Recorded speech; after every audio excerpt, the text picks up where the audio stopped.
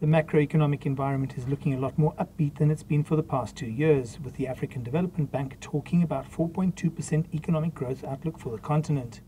The real challenge is saying, well, yes, is it more macro enablement, commodity price uptick, which is positive, but how do we move from a quantitative headline growth figures, and 4.2 is pretty admirable growth, but how do we get it more qualitative?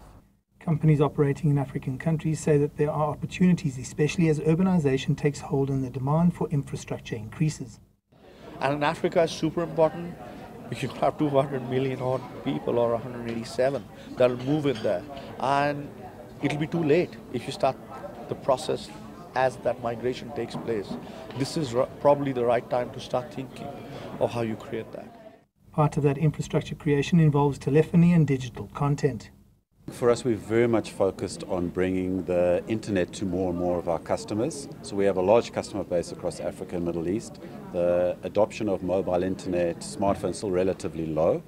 And we're trying to build the right networks, the right commercial models, so we can really bring the next 50, 100 million of our customers along this digital journey. Part of that journey means that businesses need to understand that it's imperative to include a broad spectrum of the country's population. Inclusive growth is worth $7 trillion globally. Yeah? If businesses, governments, stakeholders start to think of inclusive growth in economic terms, at that point of time it's a sustainable thing, because they will invest the same way. It's part of their core rather than it's sitting on the side, something like CSR. There are opportunities in every single African country on the continent, but it's going to take research and some diligence. I'm Angelo Coppola for CGTN in Johannesburg, South Africa.